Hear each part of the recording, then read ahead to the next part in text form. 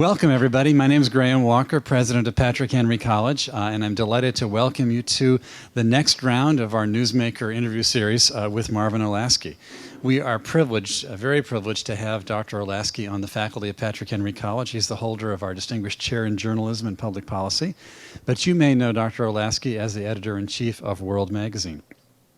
He's an accomplished scholar, journalist, academic leader who's authored more than 20 books and hundreds of academic and popular articles for national publications on topics like public policy, journalism and media, and the role of Christian faith in public culture.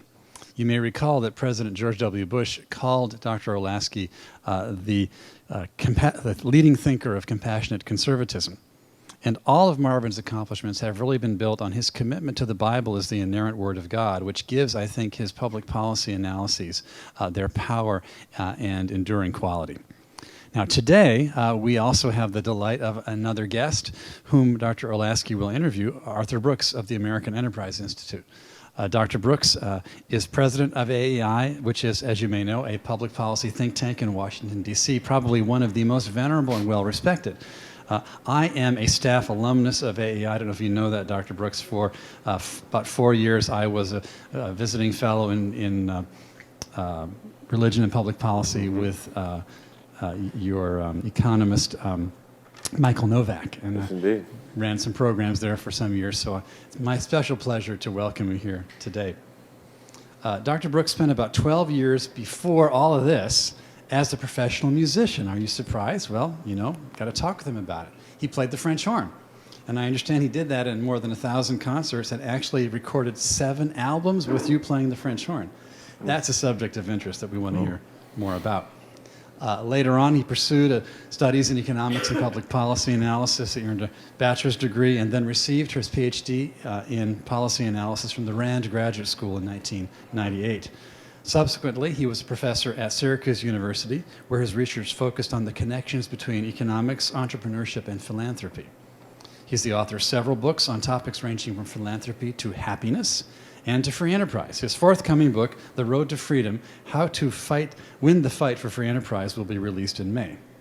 I also want to mention that after this interview, which is being live webcast to our friends around the country, Dr. Brooks will be available for a lunch conversation with Dr. Olasky in our dining commons. We've got a table reserved. There's, I think, 3 or 4 of you have already planned to come, but if you'd like to join the lunch group after this interview, please let Dr. Olasky know, and we'll be delighted to include you. And so please give a warm welcome to Arthur Brooks and Marvin Olasky.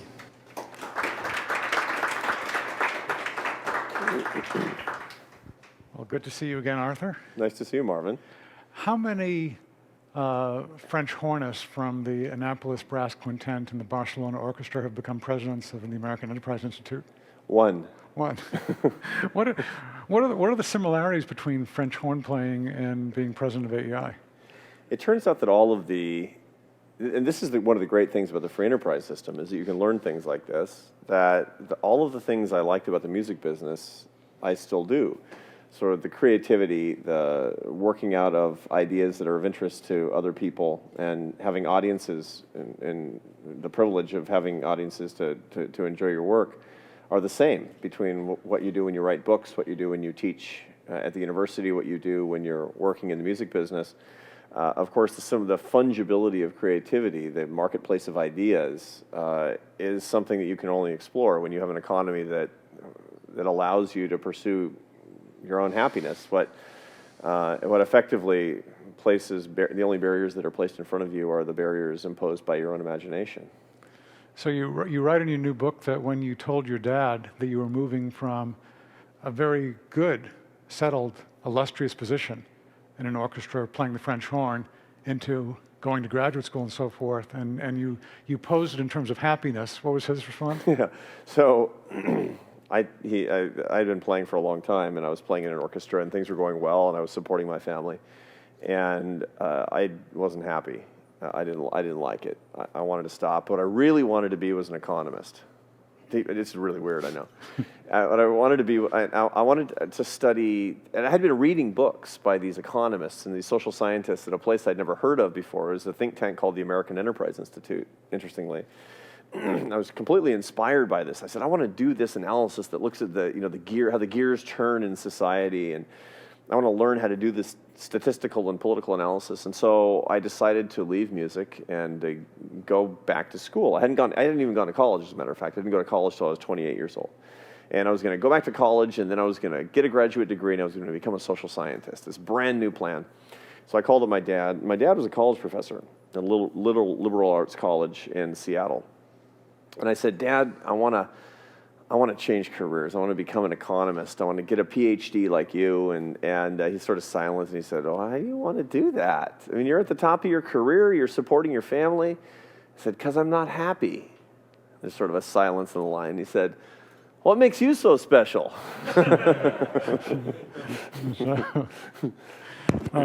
One other part about your background, some students take out enormous loans with the goal of going to the most prestigious colleges or the most prestigious places to get master's degrees and so forth. I think you've done pretty well without actually going down that path. And tell us about the correspondence course. Well, when I was in Barcelona, I started taking college courses again. And the only way that I could do it effectively through an American college was to go to one of these extension type programs. And there are a bunch of them popping up that were starting to pop up all around the United States. So there was a place in New Jersey called Thomas Edison State College, which is basically it's a credit bank where you take courses from any university, accredited university in the United States or in fact around the world, and you send them the transcripts and they bank it, and it comes from this state college. They don't offer any classes. At the time, they didn't even pick up their phone. It was in Trenton, New Jersey, and literally I've never visited the place, but I'm really grateful for it. Be cheer for its football team. That's right. I wear the school colors religiously. Right. I wonder what the school colors even are. Anyway, so I was doing classes through this place called Thomas Edison State College, and got a degree, soup to nuts, 4 years, including books, for $10,000. That probably is a record, actually. Right. Who knows? And it hasn't stopped you from having this carear. Yeah, not until today, when actually publicly everybody's just found out that I went to correspondence school. Right. One other thing, a Harvard professor once told me that he did not plan to have any children, and he wasn't having any children because he figured that every child would cost him a book. And he wanted to publish books rather than have children. Now, you have 3 children. Yeah. And you publish lots of books. So does actually having children inspire you to publish more books as opposed to the Harvard theory? This was an economist, by the way, at Harvard. That's a good question. I do believe that the world will benefit more from my children than they will from my books. So if there is crowd out, it's okay. But there is a connection, actually, between kids and books. And it goes something like this. So my wife and I had our 2 sons. As we put it euphemistically, biologically, right? Biological kids. And I was writing this book about charity. Okay. And in one of the chapters about charity, I was finding this weird thing in the data that shows that when people give to charity, their lives improve, but dramatically. And it's causal. They get healthier, they get happier, they even get richer. And there were reasons for it, and I wrote a whole chapter on it. And like always, everything I write, my wife reads. My wife, Esther, reads all the stuff that I write. This is very wise. Oh, yeah, for sure. No, and she spiked a lot of my stuff. Susan probably spikes your stuff, too, sometimes, right? Right, and a couple of times when she hasn't, I wish she had. Yeah, exactly. So I brought this chapter home that shows that giving and charitable actions make you healthy, happy, and rich. And she read through it. She ruminated on it for a while, and she said, I think we ought to use the information in this book to change our lives a little bit. Uh-oh. I think we should give more. I said, okay, write a check. She said, no. I think we should adopt a baby. And I said, it's only a book.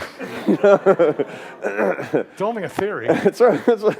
If I realized somebody was going to take it seriously. And of course I had no argument, so we did. And it was absolutely the best thing we ever did. It completely changed our lives. It inflected our lives in ways that we never could have expected. It was the most wonderful thing. And we actually adopted our daughter from China. At the time, my wife wasn't a citizen, so she couldn't do the adoption. I had to go over alone to execute this whole adoption. I was over there for weeks, and they had never met a single man, a man by himself trying to adopt a baby, so everybody was really helpful.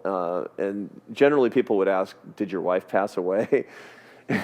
And it was so hard doing the adoption that I basically said, no, but right now she's dead to me. But we got it done. It's been great. She's 8 years old. She dominates our family. So, She's the best. okay, the new book coming out on May 1st, The Road to Freedom.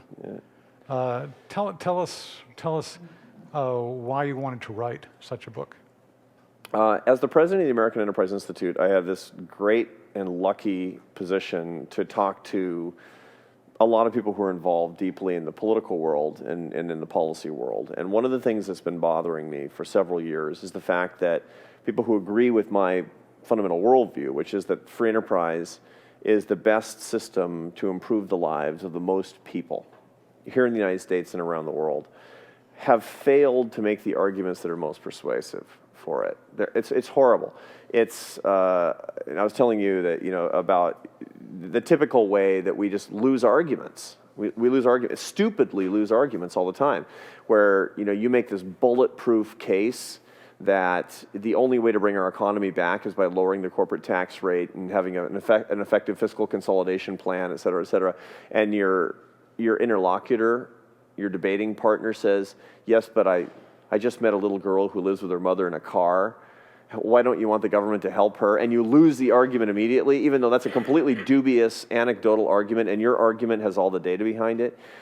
Conservatives and free enterprise advocates have lost arguments for generations on the basis of this, and there's a tangible result of this. Mm-hmm. When my institution was founded in 1938, when the American Enterprise Institute was founded in 1938, it was because our founders believed that the government was taking up too big a chunk of GDP. That was when the government was taking up 15% of GDP, government at all different levels. Fast forward to 1980, 30%. When Ronald Reagan, the great government cutter, left office, 32%. When George W. Bush left office, 33%. Today, 36%. According to the Congressional Budget Office, in 2038, 50%. In 2038, everybody here is going to be around in 2038, God willing. A lot of you are going to be in the hearts of your careers. And in 2038, you are going to work from January 1st to June 30th simply to pay for a government that you don't even like. What's going on? The answer is, that's the road to serfdom. It's not the road to serfdom. It's not like a knock in the night and a jackbooted thug. It's one little compromise after another to the free enterprise system. And we're party to that because we haven't made the arguments that are compelling enough for Americans to say, no, that's enough.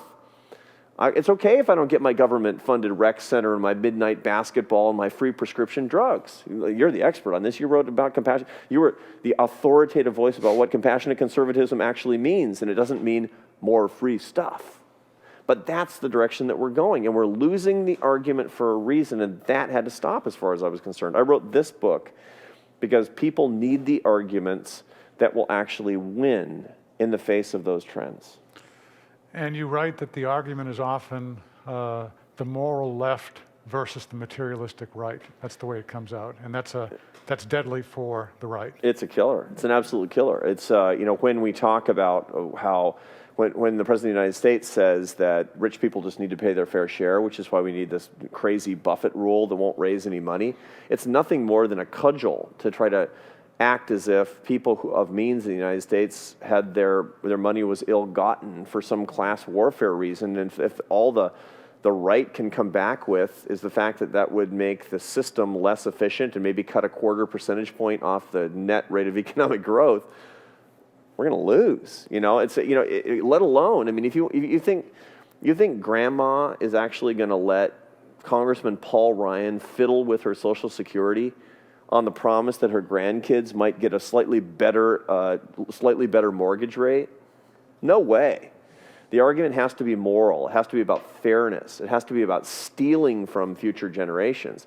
It has to be about our pursuit of happiness and getting in the way of entrepreneurs, getting in the way of the people that actually are trying to earn their success. And unless we can talk about what's written on our hearts about this system, we're not going to win, and I'm not sure we deserve to win. But it's a great cudgel that Obama has right now. It's a very effective cudgel, and he's making the moral argument that millionaires should pay as much as secretaries pay, and that's the way it goes. And I mean, we can come up with our calculations, and actually, it would, as you say, it would hurt domestic production and so forth. But it seems to be pretty much an unbeatable political argument, right? It's an unbeatable political argument if we accept his definition of fairness. Fairness. Okay. This is the key. So what do we do? What do we do under the circumstances? When I talk to politicians who love free enterprise, they say, I just got to avoid the whole fairness argument. I said, that's wrong. No, take it on. The reason that the left wins the fairness argument is because we don't show up and we forfeit. When Obama talks about the Buffett rule and basic fairness, and it's only fair for millionaires and billionaires to pay their fair share, he's defining fairness as spreading the wealth. That's a fact. That's the wrong definition of fairness for 70% of Americans. 70% of Americans believe that true fairness means rewarding merit and creating an opportunity society, which is exactly what the free enterprise system is designed to do. The fairest system is one in which people actually have an opportunity to rise. They have a right to rise, and they're rewarded on the basis of their merit. Now, that doesn't mean they shouldn't have a safety net, but a safety net is not middle-class welfare. It's not spreading the wealth. It's not getting rid of risk in life. It's simply making sure that people don't have the most abysmal poverty and starve. That's not what Obama's talking about. Obama's talking about spreading the wealth around, and that's how he's defining fairness. If we want to take that on, and we can, we need to show up to the debate and say, Mr. President, you're defining fairness in the wrong way. We don't agree that spreading the wealth is fair. We think when people earn something, that they should be able to keep it, that spreading the wealth is actually unfair. And that argument is tremendously successful with a big majority of the population. The only reason we lose is if we're not courageous enough to make it. So Patrick Henry students who get A's should voluntarily give 10 of their points, let's say, to raise up the students from D's to C's? Yeah, I tried this. So I didn't have the great fortune to teach at Patrick Henry. I taught at a wonderful university, but one in which, suffice it to say, that my students were generally farther to the left. And I taught graduate students to boot. I taught microeconomics every semester. And inevitably, we got to the discussion of income inequality, and they would say it's not fair that some people have so much when other people have so little in a rich country, et cetera, et cetera. The arguments that you always hear over and over again. So we did a little experiment in my class. And the experiment was about halfway through the semester, you notice when you're teaching microeconomics, some people are getting it and some people aren't. I mean, a lot of you have taken micro, you know what I'm talking about. Now, it's not that the ones who aren't getting it are dumb. It's that they're not doing the work. You got to do the work. You have to study and you have to think about it and you have to do the exercises and the problem sets, et cetera. And everybody in the class knows that the ones who are doing poorly are simply not doing their homework. So everybody, even the ones who are not doing well know that. So about halfway through the semester, I'd say, I got a deal for you. I'm going to take the people who are in the top half of the class, I'm going to take a quarter of their points, and I'm going to give those to the people who are in the bottom half of the class. Why? Because I'm going to spread the wealth around. Now, every single person in the class, including the people who were getting C's and D's, knew that that was completely idiotic. They knew that that was a stupid idea. Why? Because it wasn't fair. And I said, see? That's what we're talking about in the economy here. That's what we're talking about. We're not talking about a minimum basic standard of living where people are starving. We're talking about looking at entrepreneurs and people who've taken great risks and people who've made great efforts and people who worked really hard to actually take away what they have simply because it's different than what other people have. That's as unfair as taking away the points that you've earned in your classes. I think that in some number of cases, actually, it was persuasive. I may have won some souls. But the story that reporters would tell, typically, and when they get into questions of welfare and so forth, and there's some reality here. I mean, I've seen this myself all over the country. There are a lot of hardworking single moms who are very poor. Right. And they're stuck in their situation. And so isn't it heartless just to leave them in that situation? What would you propose for them? I would propose a couple of different things. The first thing is what Friedrich Hayek proposed. The greatest free market economist of the 20th century, arguably iconic on the political right, unimpeachable libertarian credentials. Friedrich Hayek said that there are two functions of government. One is to sort out market failures. The second is to create a minimum basic safety net. He said that, look, it might create a headwind on the economy, but a minimum basic safety net to prevent the most abject poverty, there's nothing wrong with that. That's actually a completely legitimate thing for the government to do in the view of Friedrich Hayek, and in my view too, number one. Number two, what are we called to do as individuals? What's written on our hearts, and what is our duty to our fellow men and women? Now, this is not just a question of those of us, all of us here who happen to be Christians. It's about all the people who are of goodwill, who share in the bounty of living in the greatest country in the history of the world. What are we going to do such that other people can earn their success? Look, we have a duty not just to lobby for more government welfare programs and pay our taxes. We have a duty to look out such that other people can live in an opportunity society and earn their success. That's the reason, incidentally, that free enterprise is so much harder than a welfare state, because it actually requires more of us in the way that we treat our fellow men and women. Truly, to be a responsible individual in a free enterprise society requires more of us in the way that we treat the least among us, to speak in terms of Matthew 25, or to treat anybody else for that matter. It means being a good Samaritan in an entirely different and more intensive way, in my view.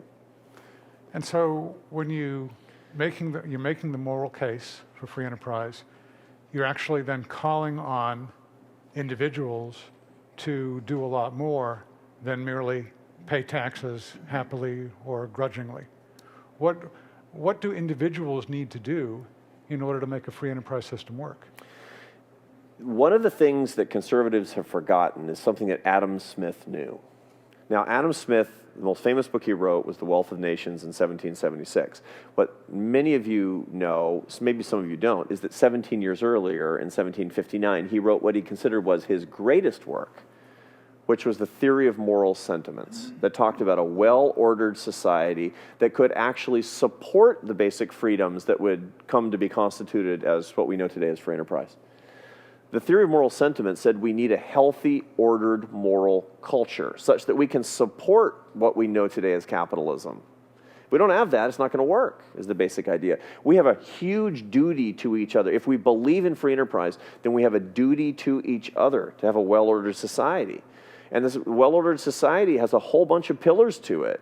The four main pillars are faith, family, community, and work.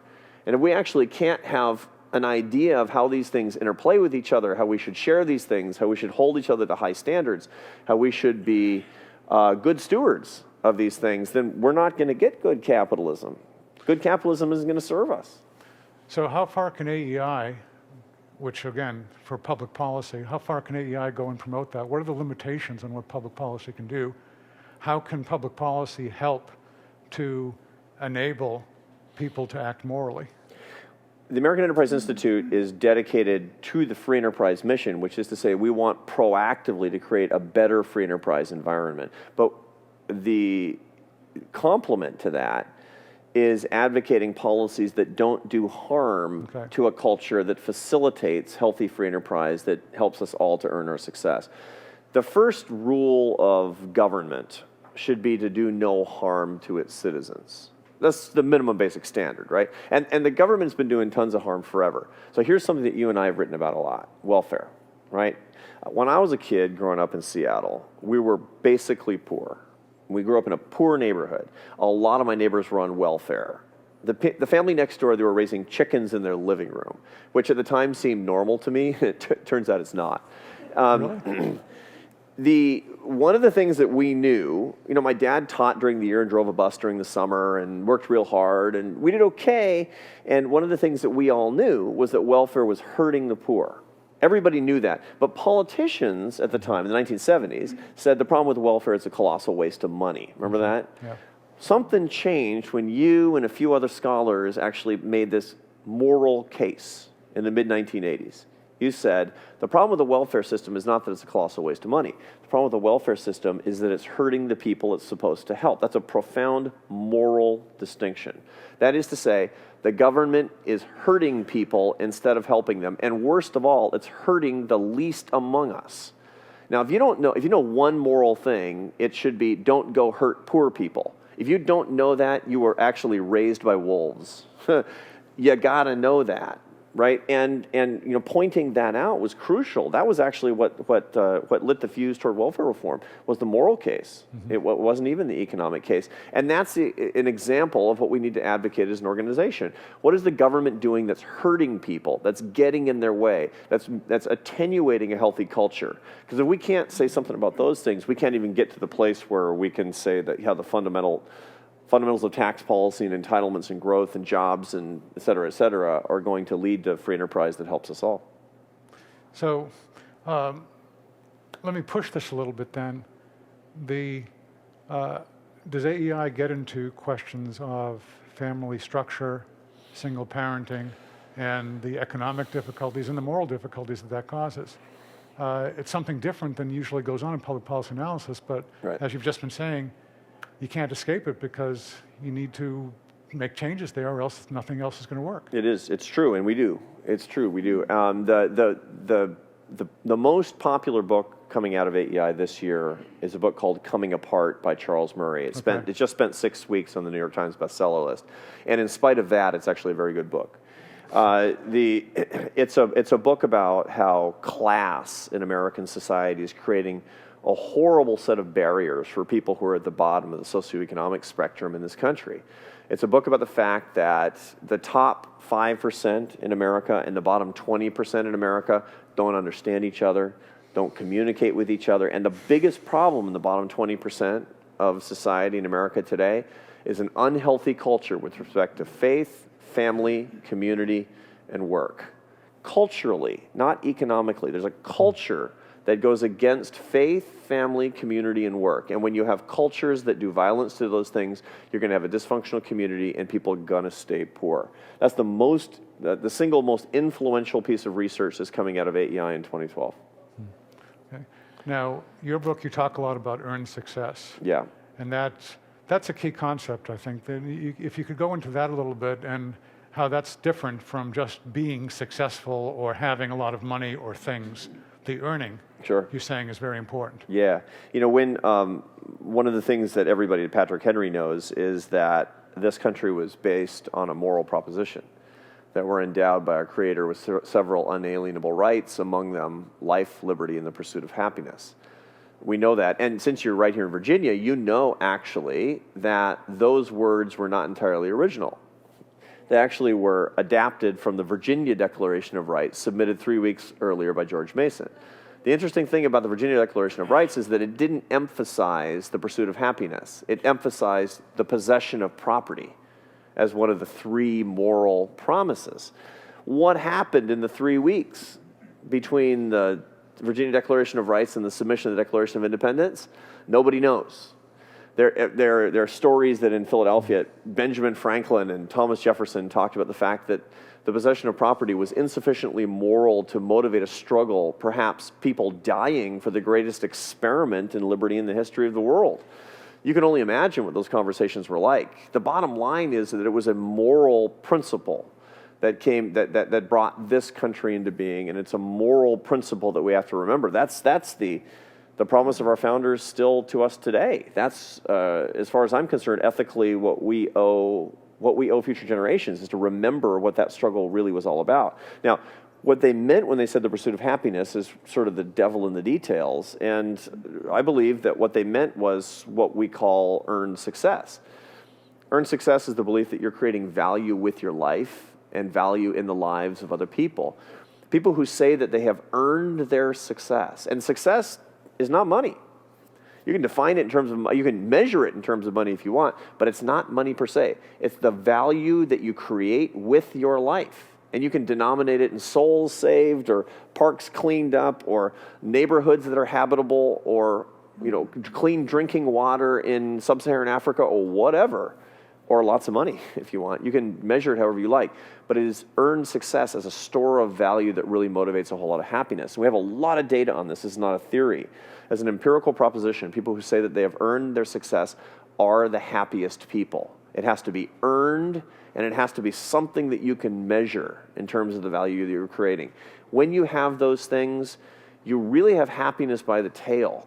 It's a wonderful thing to see. And so therefore, I believe as an ethical proposition, we need to be looking at our public policies for ways to make everybody, rich, poor, middle class, everybody have the willingness and ability, the education, the opportunities to see earned success in their own lives. Does earned success mean a beautiful work of art?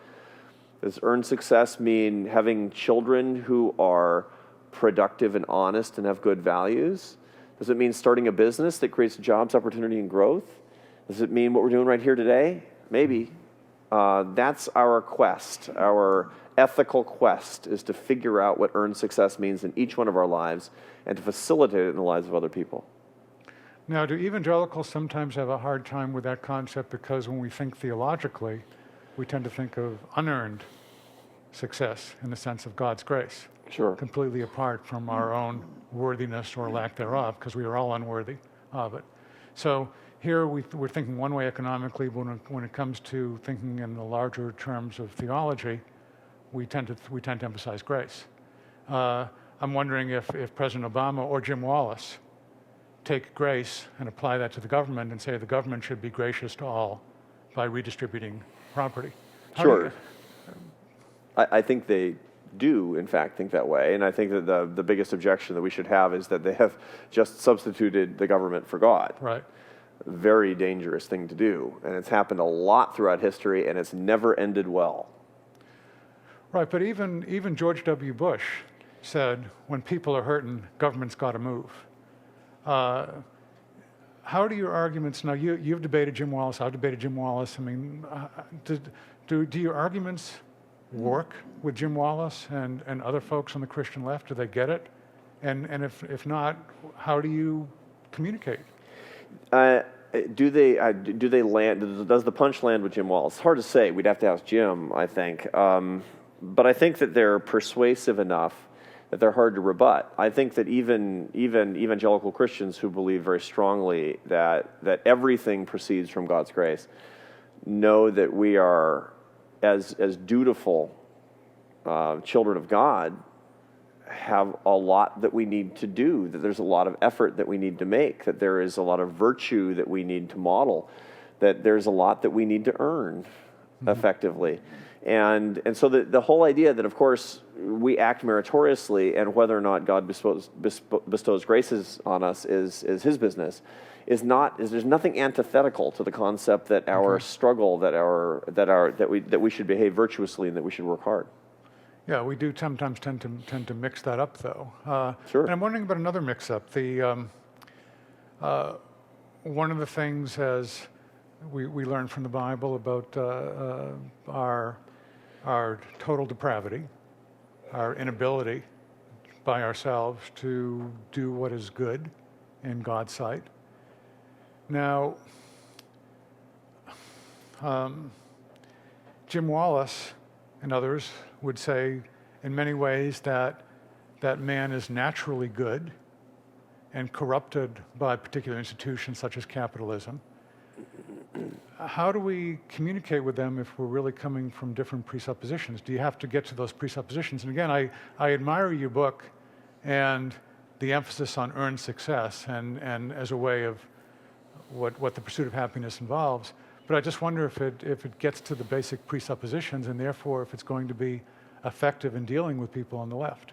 Philosophically, it's really hard to deal with people who believe, as Rousseau did, that we're born good and that we're naturally corrupted. That's a little bit in conflict with the whole concept of original sin, I dare say. I'm no theologian. But you're right. So it's a little bit at odds. Unfortunately, the whole concept that we can dignify ourselves by creating an opportunity society, defining our happiness and pursuing it through meritorious action, it accords entirely with common sense. There are very few people who think, that's all a bunch of nonsense, that if you work harder, you'll do well. I mean, who thinks that? I mean, there aren't very many people who actually believe that. The only way that you can think that merit doesn't matter is if you have tenure at a university. I think that's pretty much the only, or be a French bureaucrat maybe. I think that's kind of it. I've had tenure, let me tell you, it's great. I think that there aren't very many people of common sense, left, right, or center, that just don't believe in merit, that don't believe that hard work matters. Now, does it matter entirely? No, there actually is some luck in life. And some people are born with fewer opportunities. But once again, this is one of the ethical callings of those of us who believe in the free enterprise system. This is the reason that free enterprise system is harder work than the welfare state, is because we have to recognize the ways that our opportunity society fails and take it upon ourselves to try to rectify those failures. What are we going to do, for example, for the civil rights nightmare that is public education in America today? We have public school systems that exist, whole public school systems that exist for the benefit of grown-ups and not kids. What are we doing about that today? Because if we don't, then we're abdicating our responsibility as people who believe in an earned success society. It's much easier to just check into the welfare state and say, the government ought to do more about this. Paying my taxes, it's all good. That's actually not enough for those of us who believe in free enterprise. The ethical standard is, I think, higher. Yeah, let me ask one more pushing question, and then we'll turn it over to any questions from students here. Can we really talk about morality without referencing God? I was mentioning upstairs that Arthur's new book is a little bit like the book of Esther, in that God, the name of God is not there. God is not a visible character. Now, he's the invisible hand in some ways, and he certainly suffuses the book of Esther.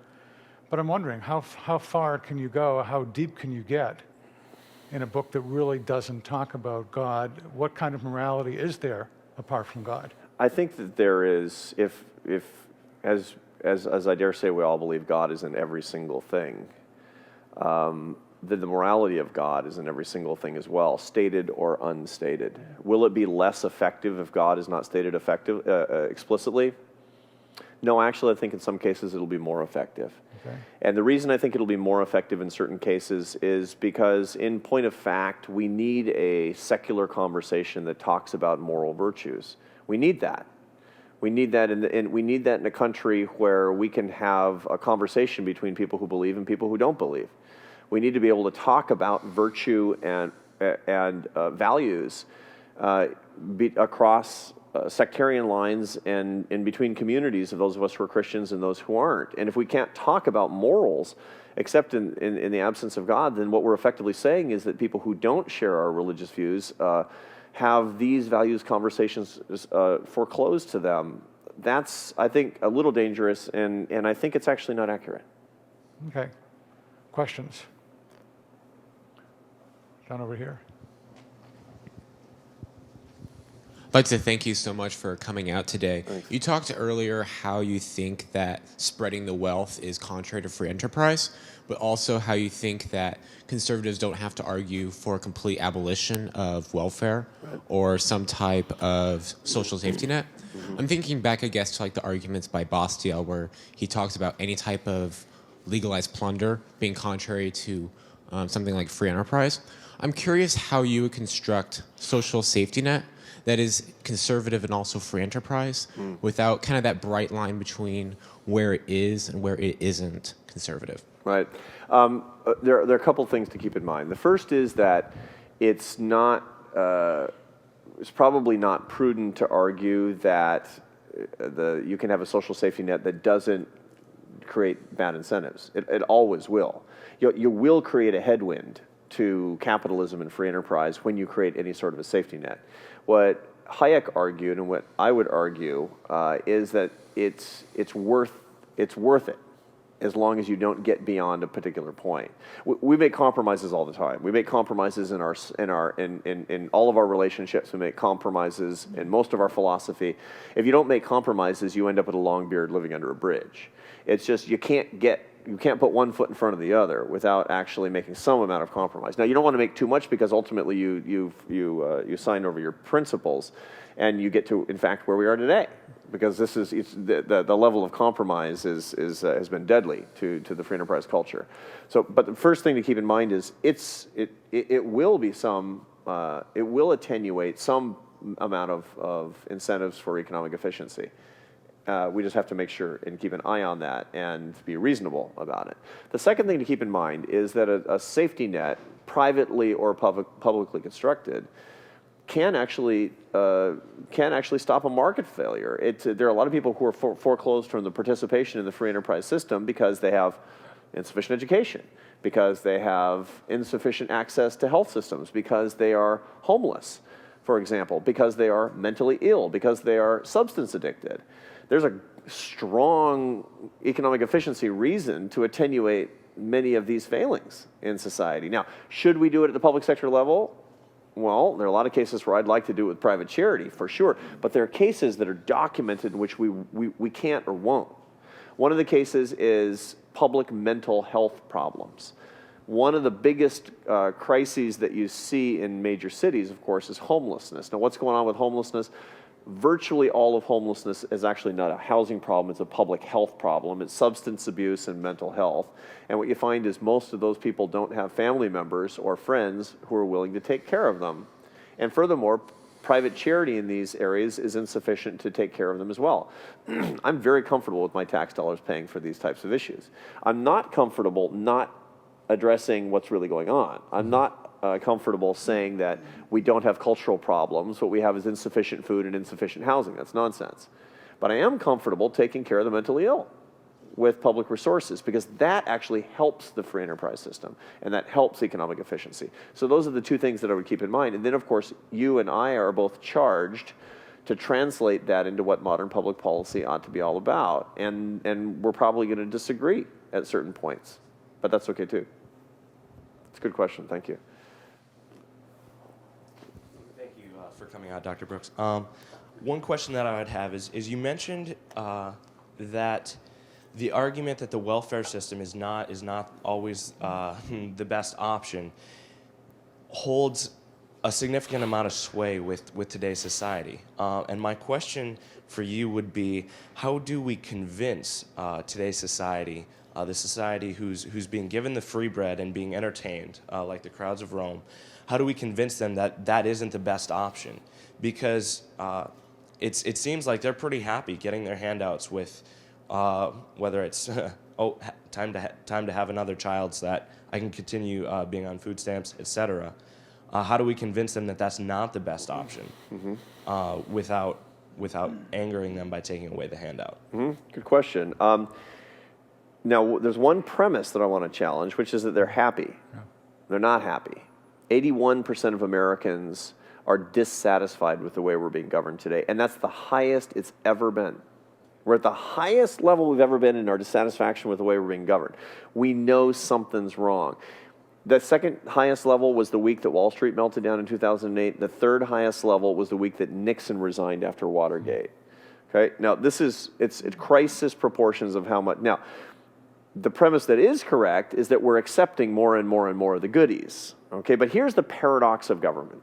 70% of Americans say that the free enterprise system is the best system for our country, despite severe ups and downs. 64% of Americans say that we all should get free health care from the government. 81% of Americans say they're dissatisfied with the system as it's currently constituted. In other words, we love free enterprise.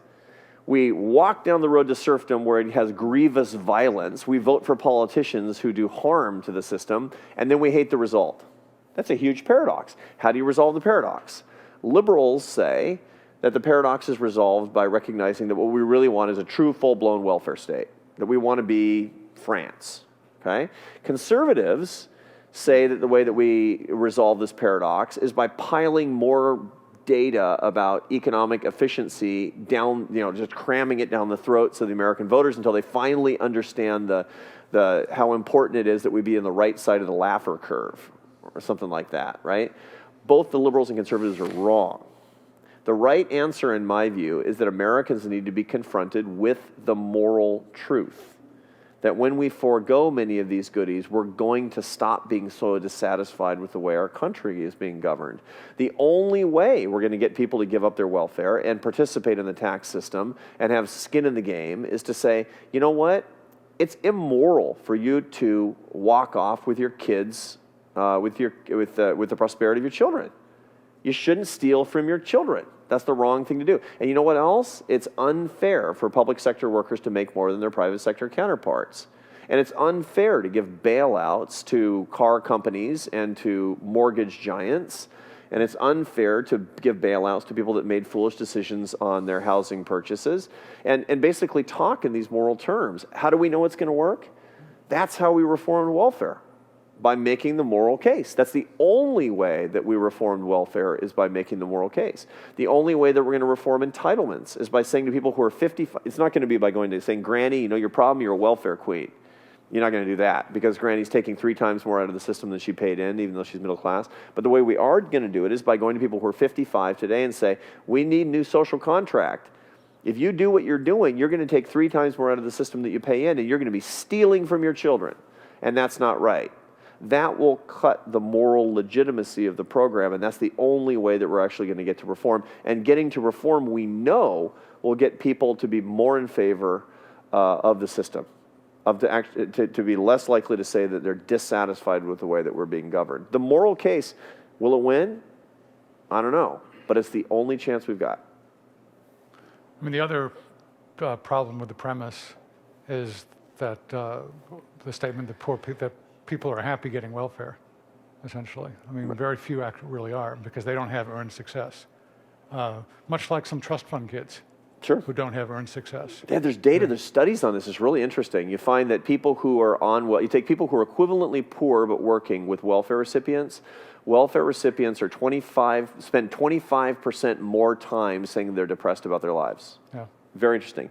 You also find that there's zero satisfaction that comes to you from any source of unearned income. We have data on lottery winners that shows that 6 months after they win, they're unhappier about their lives than the day before they played, and they stay permanently at a lower level of happiness.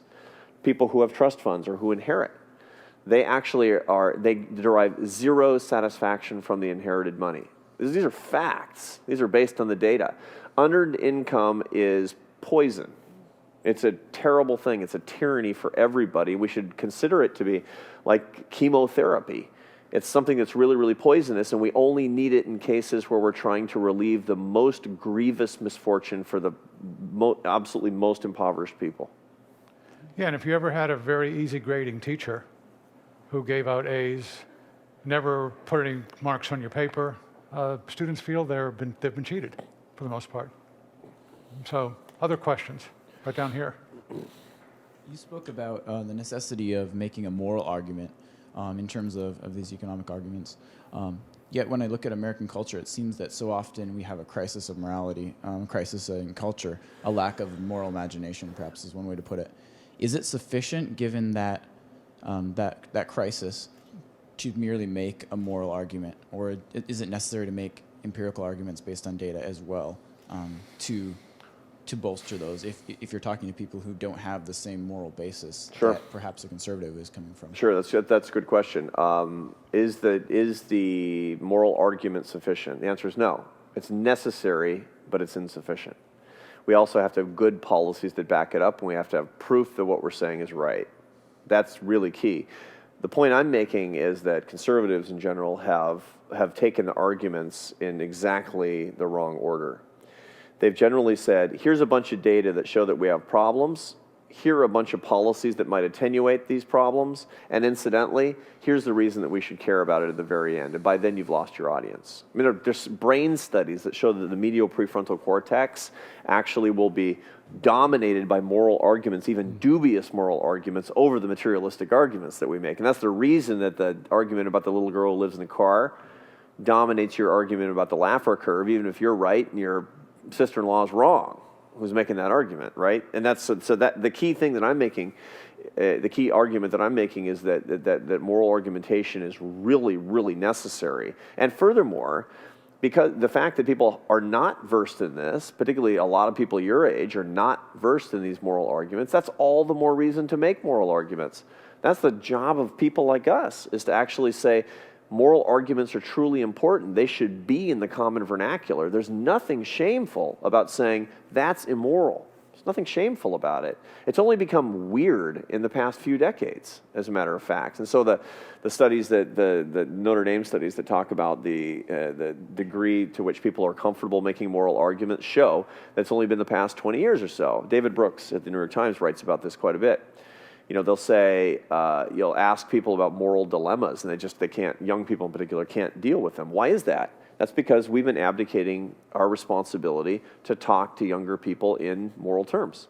And people like you, who are obviously more comfortable with these arguments, I think that you have a responsibility to talk in moral terms as well, even about prosaic, everyday things like money.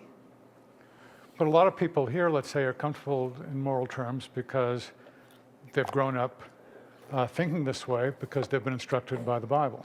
Right.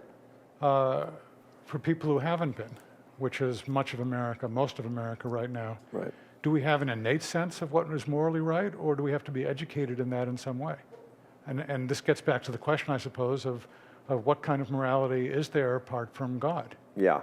Innate, or is morality, nature or nurture, you know?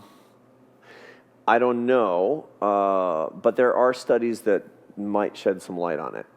There are good studies on identical twins separated at birth and adopted into different families who are reunited at about age 40, and there are personality tests on them. And one of the interesting things that you find from these surveys is that virtually every part of our personality profile is more genetic than we previously thought. We're not a blank slate. 40% of your religiosity, per se, not your religion, but your religiosity, the fervor that you naturally feel, the metaphysical feelings that you experience, 40% of that can be shown to be genetic. 40% of your political ideology is genetic. Between 50 and 80% of your happiness is genetic. Extroversion, neuroticism, alcoholism, criminality, a lot of it actually is genetic. That doesn't mean that you're a slave to it, because a bunch of it is actually nurture as well. But in fact, there's a case to be made that we are wired in a particular way, and that there is free will as well. And we have to take both, I think, pretty seriously. So there's nature, there's nurture, and then there's also grace. That is God changing the disposition of a person. Sure. Right? So, Sure. anyway, let's other questions.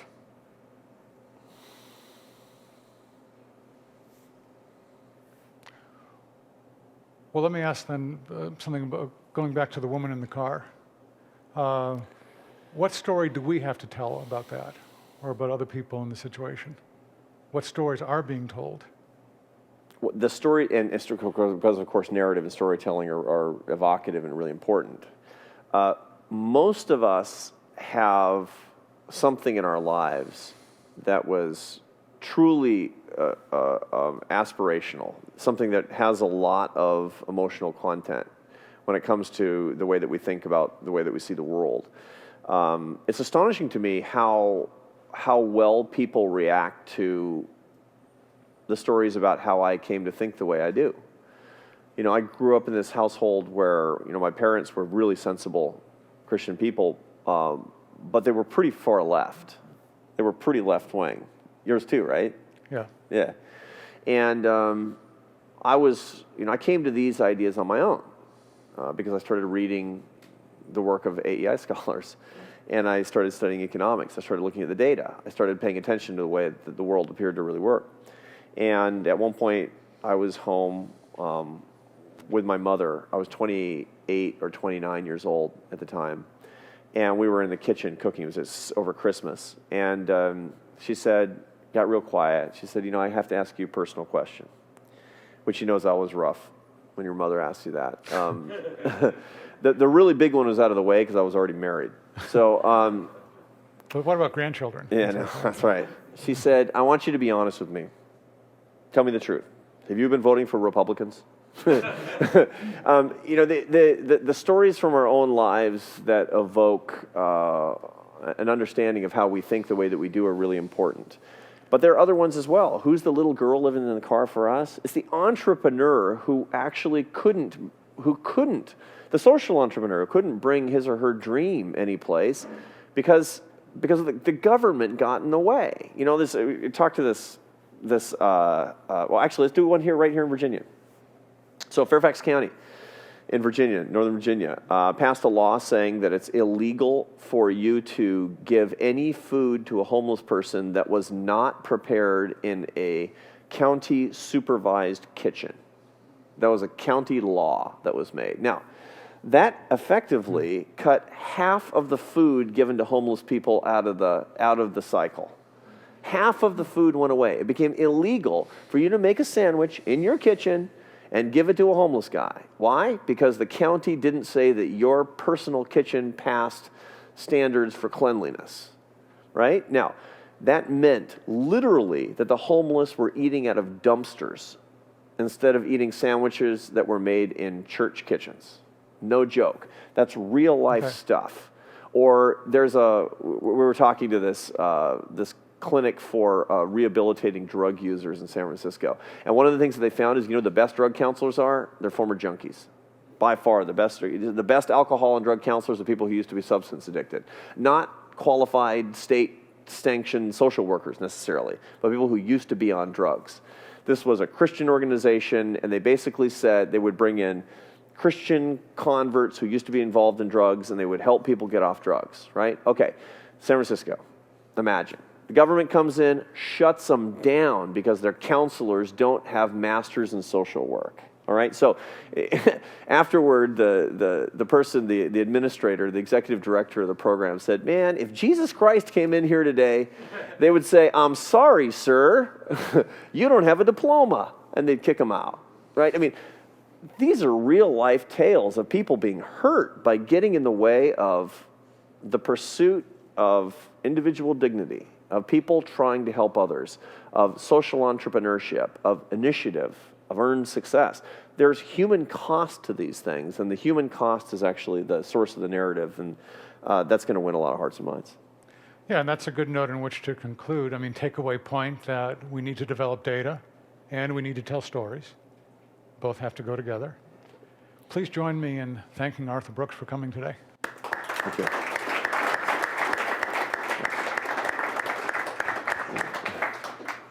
Let me also thank you for joining us, our audience, and maybe the 100 or so people who've joined us on our webcast. Thanks for joining us. And of course, this interview, like others, will eventually make its way into print form in World Magazine, where 400,000 some people will probably be reading it along with you. So it's kind of a treat. Keep in mind that you ought to come back on Monday. In the middle of the day, we've got 2 great interviews back-to-back, first with Richard Platt, an author, and then secondly with Congressman Frank Wilk from the 2nd District in Virginia here. Then on Tuesday, Maggie Gallagher of the National Organization for Marriage will be interviewed on the stage. And finally on Wednesday next week, Jim Liskey, CEO of Prison Fellowship, will be here being interviewed by Dr. Olasky. And again, thank you, and may the Lord bless you. Thank Thanks. you.